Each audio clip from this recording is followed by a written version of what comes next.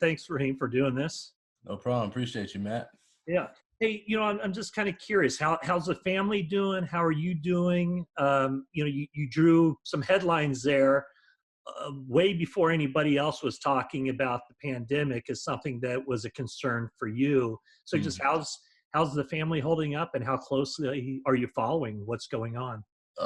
Family's doing great. Thanks for asking. And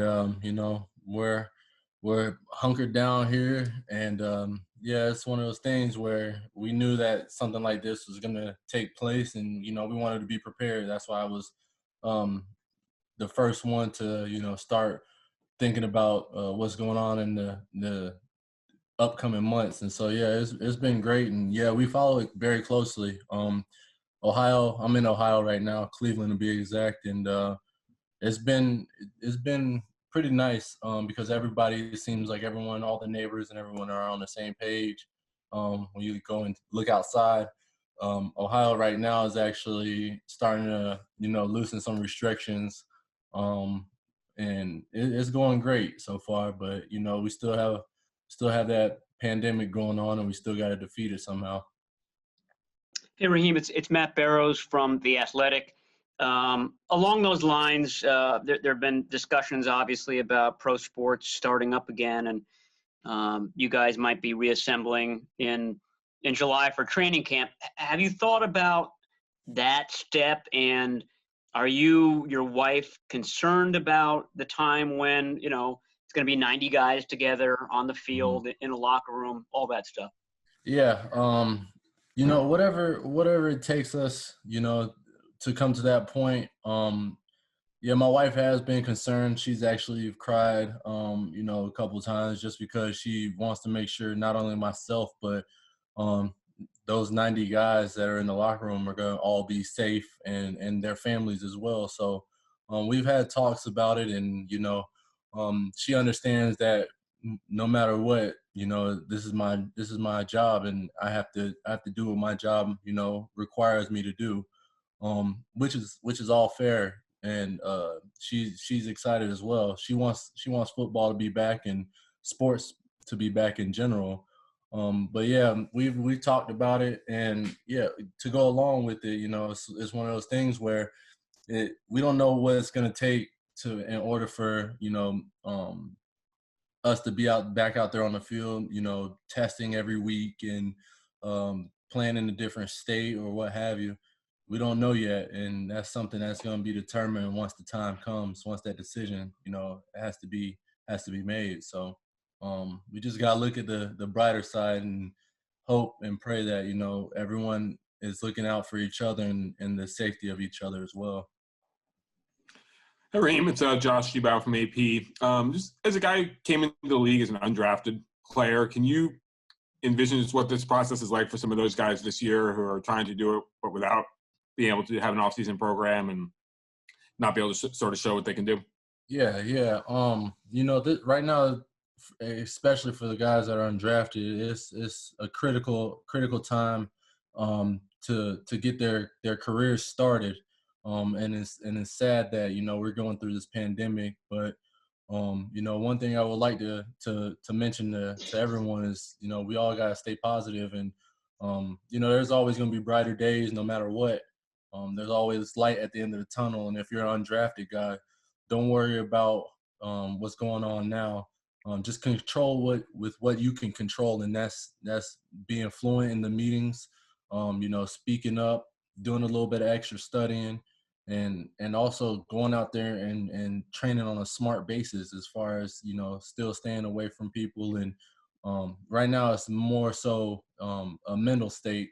I'm dealing with it as well. Meetings are getting a little bit of tiring at times, and I want to just go outside and run around. But I know the importance of meeting time, and what it takes for not only myself, but the rest of the guys to step up and do what we have to do, so that way when ball does come back, we're able to be more fluent and go back to the Super Bowl and win it this time. Hi, Raheem. It's MJ Acosta from the NFL Network. I'm glad you guys are safe. Thank you. Some of your teammates, like Eric Armstead said, he's had pretty major shifts outside of football, had to postpone his wedding, for example. I believe George Kittle and his wife had a similar situation. Has there been anything else in your life that you're able to share that has perhaps had to shift or pivot because of the pandemic? Nothing really major, I would say, but just I wanted to take some time outside the country with my family and my little son, just to get him acclimated to travel time and stuff like that, and going out outside the country and building up his passport, something that I didn't do when I was a little kid. So being able to not have that opportunity, it does hinder us, but I'm also thankful that I'm able to be here this month. I would be in California right now, and my family would be back in Cleveland, and yeah, I love it that I'm spending extra time with them and getting our house prepared because we just moved into a new house and stuff. So it's nice, and like I said, it's nothing wrong with the situation because I'm spending it with my family. Raheem, Nick Wagner from ESPN here. I'm curious about. I know at the end of the season it didn't end the way you wanted it to, obviously, but we talked a lot about kind of the whirlwind that you had there through the playoffs and the end of the year. Have you taken any time to look back on what last season meant for you and your career? And if so, what are some of the thoughts that have come to you? Yeah, I've definitely taken a lot of time to reflect back on, what happened last year, specifically with me, just going through, all different type of situations an NFL player um, could possibly go through with being on different teams, and then, helping the team lead the way to a Super Bowl. Been able to reflect, and it's been a blessing, man. And my hunger right now more than ever is so pure, and I want to just get back to that level and exceed what I did last year times 10. That's just my mindset right now, and just gotta take care of the little things, and the little things right now is hone in on these meetings and going out there on the field in the front yard and doing my drill work. So, but yeah, I definitely do reflect on what I've done last year, and I just want to exceed it, like I said. Hey, Raheem, this is Cam Inman from the San Jose Mercury News. Congrats on baby boy number 2 coming your way. Thank you. Thank you. When you said you're doing drills in the front yard, is that just working on your lateral ability and that kind of quickness, or do you go on runs out in Cleveland? How are you training?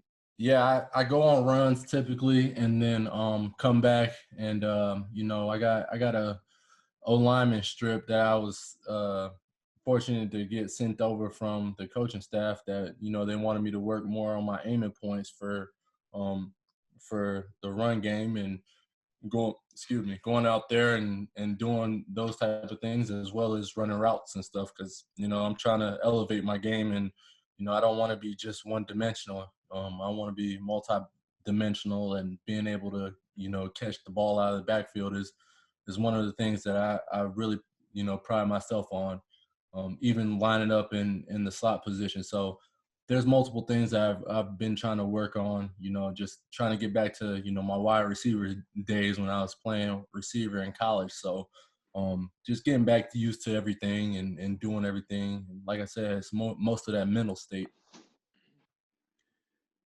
Hey, Raheem, this is Eric Branch with the San Francisco Chronicle. Just regarding your working out, obviously through your career, whether it's because you're a wide receiver or just weren't getting a lot of carries, you haven't, been a guy as a lead back to have that type of workload, and also punishment. Mm-hmm. Is there anything you need to do or can do to kind of prepare, maybe for a season where you're going to have 200, 250 carries? Yeah, that's a great question, Eric. Right now, I'm just just building myself up. I'm actually gaining gaining some more muscle, which is kind of bizarre, just because I haven't really been able to think about gaining muscle because I've already had muscle like that. But just trying to incorporate those things in my daily workout, so that way I'm able to take those hits and like you mentioned, be one of those guys that are getting 200 carries, you know, I got to get prepared for that. And the only way I know how is to get bulky and stronger. So. Hey, Raheem, this is David Lombardi from The Athletic. I'm wondering, as a running back, when you see your team acquire an offensive lineman with Trent Williams' pedigree, and you see his run blocking at his peak on film, how do you react to that? Do you, is that like a kid in a candy shop kind of watching some of that film, knowing that you're going to be running behind him? Oh yeah, definitely. You know, Trent is a unbelievable tackle, and he's like probably one of the most athletic guys I've seen thus far on tape. You know, I'm so excited and can't wait to work with him. And the entire O line, just because you know everyone else is on the O line is athletic as well. With McGlinchey, and LT, which is nice too. Um, and Wes, you know, all those guys are just athletic in their own form. But yeah, I'm definitely excited to work with Trent, and can't be any more happy, man, and excited, like I said, to get that ball rolling. Hey, Raheem, it's Jennifer Lee Chan. Hey. Hi. Speaking of offensive linemen, this is the first time we've spoken to you since Joe Staley retired. Mm-hmm. Can you share one of your favorite Joe Staley memories and kind of share with us what he meant to the offensive line, the offense, and the team? Mm-hmm. Yeah. So my favorite memory with Joe is when I first got to the Niners after being cut by Chicago.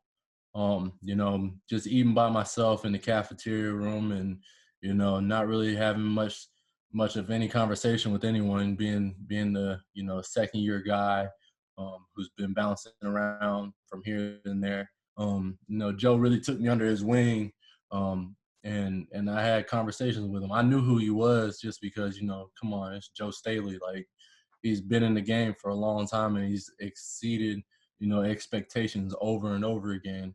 And, you know, I always sat down with him and just had a conversation with him, man, because I wanted to pick his brain because, you know, I know he's one of those guys that is a leader on the team. You know, he's going to be a forever 49er. And I just wanted to pick his brain. So I asked him, you know, what does it take for a guy like me to, you know, be like Frank Gore? Because Frank Gore is like my idol.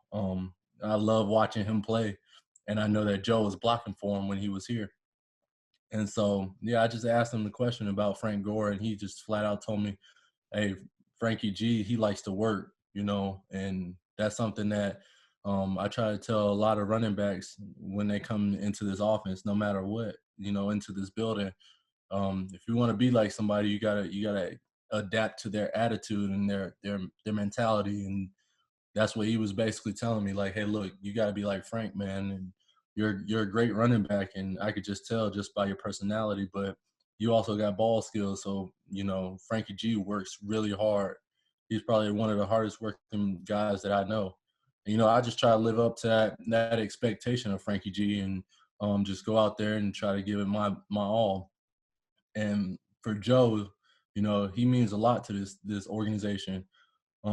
Even now, you know, looking back at it, when I was able to give him that ball against Seattle after I scored the touchdown, you know, a lot of emotions came out of that for him. And, you know, he shared that with me. He was like, hey, Raheem, you know, I want to just thank you for allowing me to spike the ball. And I said, hey, Joe, you know, I just want to thank you for doing your job on a consistent basis and being a leader that you are. And, you know, I have no problem giving the ball, you know, sharing that moment with you. You know, and he just looked at me and said there's a lot of emotion that came out of that. And I said, hey, you know, that's one of those things, you know, I feel you on that, just because where you've been in your career and all the ups and downs that you had to go through, and, you know, snapping your leg and all that type of stuff, you know, it's a lot. And right there, that just tells you what he epitomized as far as being a Niner. You know, just the relentless effort, the great human being that he is, great father, great brother. You know, everything, man. And I can't thank him enough. Just because he's always gonna be a nice guy. Raheem, this is Chris Biederman from the Sacramento Bee. I'm guessing you had sort of a life-changing few weeks in January and February. I'm wondering if there's been any sort of awkward incidences.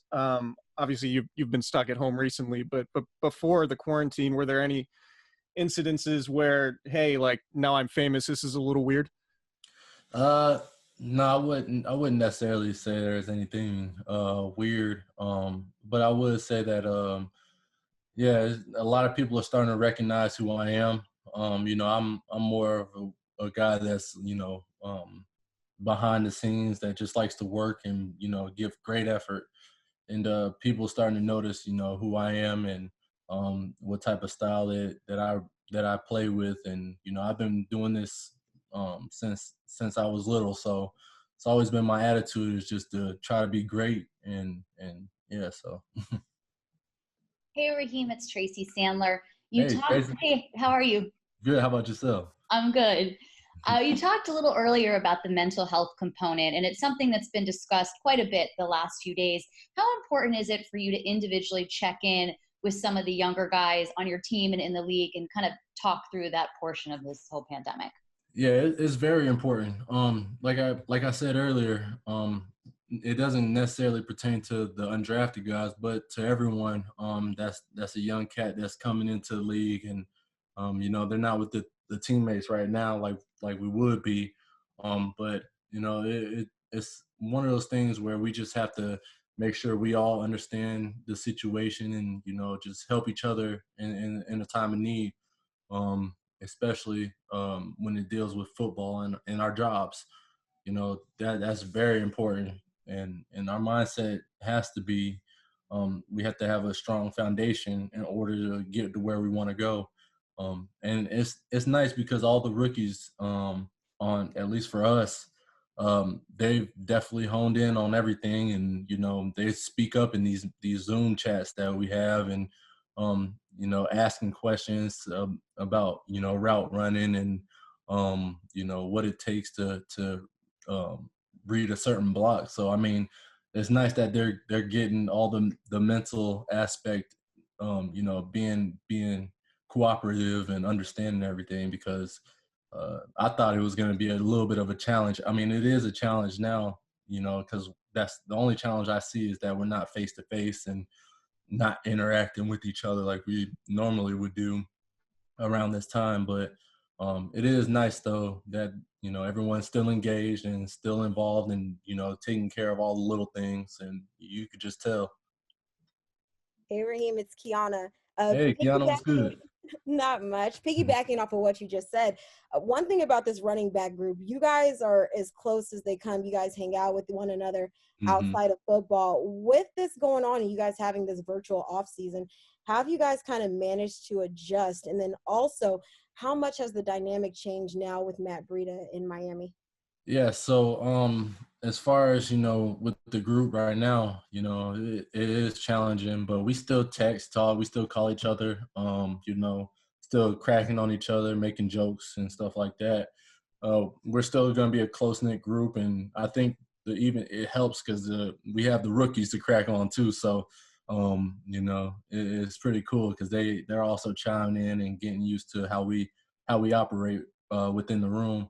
And to go off of the Matt deal, it is a little bit sad, but it's also business. And I told Matt I was angry, but at the same time I was happy, just because he's getting the opportunity to, one, go down to Miami, and to try to be one of the best backs in Miami that he could possibly be. And I know he's going to take that step because that's all Matt does. I was fortunate to watch him grow from being a young rookie to being a full-grown man in this league, and for me, I'm more so excited for him. And I talked to him that day when we had traded him, and I was the first person he had talked to. He being undrafted and fighting his way up the roster, and he had the same qualities as I had when I was, doing the same thing when I was undrafted. So that's where we share our bond. And, you know, he talked to me and he said, hey, Raheem, like, we're still going to be contacting each other week in and week out. I said, you damn right we are, because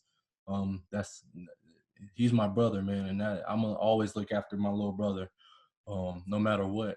And for me, I believe that, you know, like I said, our bond is unbreakable, man. There's something that, you know, it's going to last for a lifetime. And it helped that he was able to be in the room with me. And like I said, I'm just so excited for him. I can't wait for him. Raheem, it's Matt Barrows again. Just wondering if you've been keeping track with Jerick McKinnon's progress this offseason, and you know how excited you are to add a fully healthy Jerick McKinnon to your tailback group. Oh yeah, I'm definitely excited. I've been keeping up with him, even last year. You know, just helping him out throughout the season. You know, just giving him pointers here and there. He's always one to learn, and that's what I appreciate about him, especially coming into this offense. You know, he's definitely more so the pass catcher, but he's always trying to elevate his game, and he's doing a great job right now with these workouts that he's doing. You know, we always talk about it. He's helping me out too. You know, understanding more of the playbook. You know, he's had more time understanding it than I have. So, you know, route running wise, and you know, I'm just trying to pick his brain, and he's trying to pick my brain with the run scheme. So, we're doing a great job right now, and I can't wait for him to show what you know everyone's been doubting him on and missing out. So I'm excited, man. It's gonna be a surprise for everyone. Raheem, thank you so much for your time. We appreciate it.